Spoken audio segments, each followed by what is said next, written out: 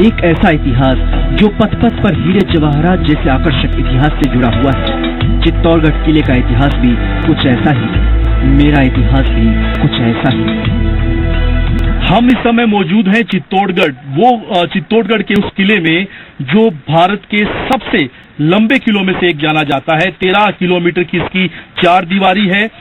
बताया जाता है, जो इतिहासकार बताते हैं कि 5वीं शताब्दी में इसका निर्माण हुआ था। हालांकि कुछ जो जानकारियां इंटरनेट पर मौजूद हैं उसमें 7वीं शताब्दी में इसका निर्माण होना बताया जाता है।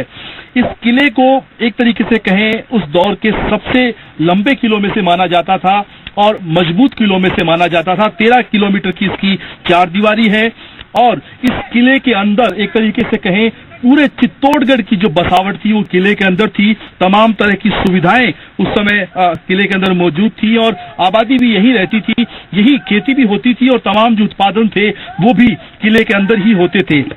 मेरे ऊपर सबसे ज्यादा गुहिल वंश यानी सिसोदिया वंश ने ही राज्य किया और इस वंश में कई प्रतापी राजा हुए। राजा रतन सिंह से लेकर महाराणा प्रताप तक ने चित्तौड़गढ़ पर शासन किया। इनके अलावा महाराणा सांगा, महाराणा कुंभा भी महान राजाओं में से एक हुए। इन राजाओं ने मुझे एक अलग पहचान दिलवाई। इनके शासनकाल में मेवाड़ का काफी मान हुआ, काफी सम्मान हुआ, काफी विकास हुआ। हालांकि मेरा यानी चित्तौड़गढ़ किला तो पूरा अभेद्य था। पहाड़ी के किनारे किनारे खड़े चट्टानों की पंक्तियां थी। साथ ही साथ दुर्ग में अंदर जाने के लिए लगातार 7 दरवाजे बनाए गए थे। लिहाजा दुश्मनों के लिए किले के अंदर जाना नामुमकिन के बराबर था। लेकिन विशाल मैदान के बीच में ये किला एक पहाड़ी पर बना था, जिसकी वजह से दुश्मन विशाल मैदान में डेरा डाल देते थे और किले के अंदर खाने की सप्लाई रोक देते थे।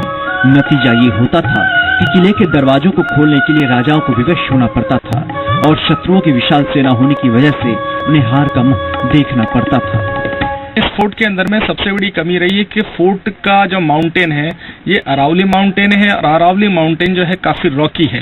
तो रॉकी होने की वजह से इस फोर्ट के ऊपर में कल्टीवेशन सेक्टर नहीं था। इसी वजह से उस जमाने के अंदर में कल्टीवेशन सेक्टर इस तरफ में डिसाइड किया जो कि अभी सिटी के रूप में हम लोग को देखने को मिलता है।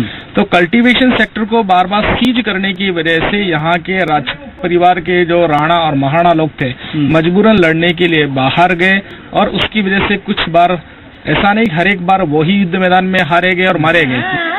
अभेल जी ने जब इस किले पर आक्रमण किया था तो उससे पहले जब उसने राजा रतन सिंह के साथ संधि की बात की थी और रानी पद्मावती का चेहरा दिखाने की बात हुई थी तो महल में मेहमान नवाजी के बाद राजा रतन सिंह इसी दरवाजे से अलाउद्दीन खिलजी को बाहर तक छोड़ने आए थे और इन्हीं सीढ़ियों पर बताया जाता है, इतिहासकार बताते हैं कि इन्हीं सीढ़ियों पर अपने जो सैनिक पहले से उसने तैनात कर रखे थे उन्होंने राजा रतन सिंह को बंदी बनाया था और उसके बाद उन्हें दिल्ली लेकर चले गए थे। इसके अलावा इस तरह के 7 दरवाजे थे जो आप देख रहे हैं आज क्षतिग्रस्त हालत में है।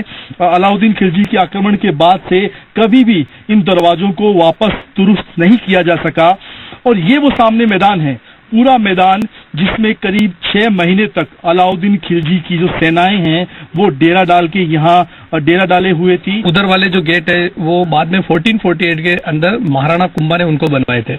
उसके पहले जो किले के लिए आना जाना होता था वो किले का मेन गेट यही हुआ करता था, इसको सूरज पोल के नाम से जाना जाता है।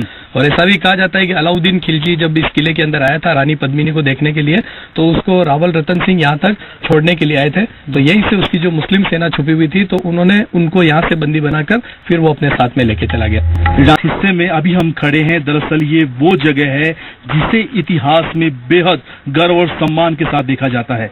हम बात कर रहे हैं चित्तौड़गढ़ महल के उस जौहर स्थल की जहां पर रानी पद्मिनी और 16,000 उनकी जो सखियां थी, राजपूत महिलाएं थी, उन्होंने जौहर किया था।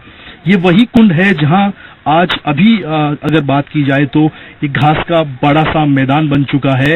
ये उस दौर में 13वीं शताब्दी में जौहर स्थल था। यानी जिस प्लेस पे अभी अपन खड़े हैं इस प्लेस पे आज के 45 ईयर्स 50 साल पहले तक एक बहुत गहरा पिट हुआ करता था, जो एक गहरा कुंड जैसा जिसको जौहर कुंड बोलते हैं। तो इसी स्थान पर उस कुंड की जो गहराई थी लगभग 40 से 50 फीट उस कुंड की गहराई थी और उस पूरे कुंड के अंदर लकड़ियां डालते थे, फिर उसको घी और तेल से भरते थे। घी तेल से भरने के बाद जौहर स्थल पे ये जो दीवार है इस दीवार के ऊपर महिलाएं नई नवेली दुल्हन बन के सज धज के तैयार होके इस स्थान पे खड़ी होती थी। और जोहर करने के पीछे सबसे जो बड़ी साइकोलॉजी थी महिलाओं की, वो ये थी कि जिस प्रकार एक महिला की पुरुष से शादी होती है और अग्नि के सामने जब वो 7 फेरे लेती है कि 7 जन्म तक हमारा ये बंधन जो है वो बना हुआ रहेगा, और जब उनके हस्बैंड युद्ध क्षेत्र में मारे जाते थे तो अपने पति से वापस स्वर्ग में मिलने के लिए वो वैसे ही जिस अग्नि के सामने